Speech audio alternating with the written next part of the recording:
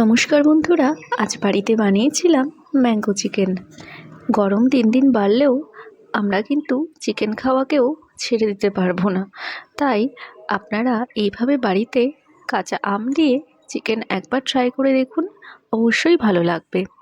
এই রেসিপিটা বানানোর জন্যে প্রথমেই নিয়েছিলাম কাঁচা আম, চপ করে রাখা পেঁয়াজ, পরিমাণ মতো কাঁচা লঙ্কা, আদা রসুন, দুটো টমেটো, হলুদ আর লবণ, ফোড়নের জন্য জিরে, মৌরি, তেজপাতা, শুকনো লঙ্কা। এবারে আমের একটা পেস্ট বানিয়ে নেব। তার জন্যে কাঁচা আমের টুকরোর মধ্যে শুকনো লঙ্কা দিয়ে আমি এরকম একটা পেস্ট বানিয়ে নিয়েছিলাম। এখন এটার মধ্যে 2 চামচ সর্ষের তেল দিয়ে ভালো করে মিক্স করে রেখে দেব।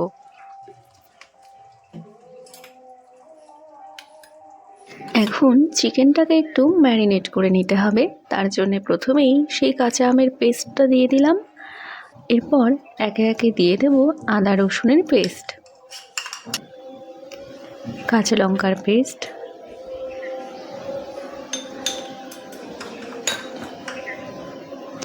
তারপর দিয়েছিলাম হলুদ আর স্বাদ মতো লবণ।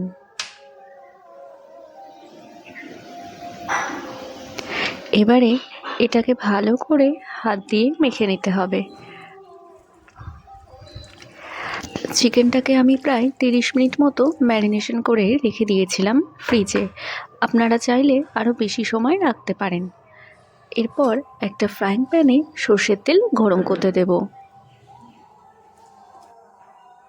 তারপর দিয়েছিলাম গোটা জিরে, একটা তেজপাতা আর একটু শুকনো লঙ্কা, আর তারপরে দিয়েছিলাম কিছুটা মৌরি।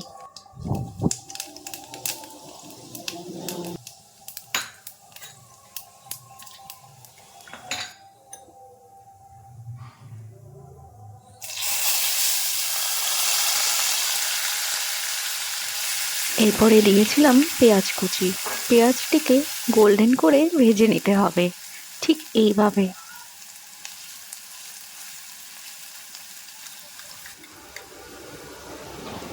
এরপর একটা টমেটো বাটা এর মধ্যে দিয়েছিলাম।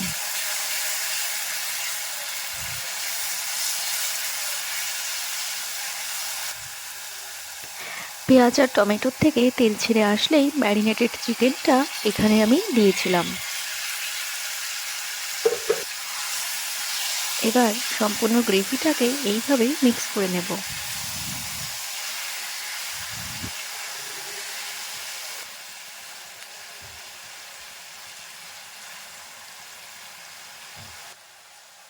তারপর দিয়েছিলাম 1 চামচ ধনে গুঁড়ো আর 1 চামচ জিরে গুঁড়ো আর পরিমাণ মতো লবণ। আবারও রান্নাটা একটু ভালো করে নাড়িয়ে নিতে হবে।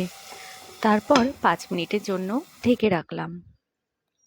5 মিনিট পরে ঢাকনা খুলে আবারও একটু নাড়িয়ে নেব।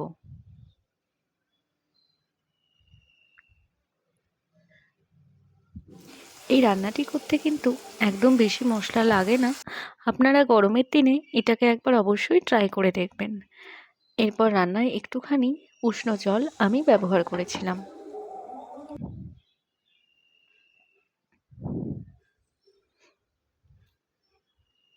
ঠিক এইভাবেই ঢেকে ঢেকে রান্নাটি করলে চিকেনটা বেশ ভালোভাবে সেদ্ধ হয়ে যাবে আর বেশি সময়ও লাগবে না।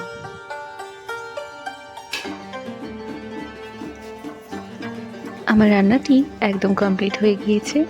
আজকের রেসিপিটা আপনাদের কেমন লাগলো সেটা আপনারা কমেন্টে জানাবেন, আর চ্যানেলটা সাবস্ক্রাইব করে আমার চ্যানেলের পাশে থাকবেন। Thank you.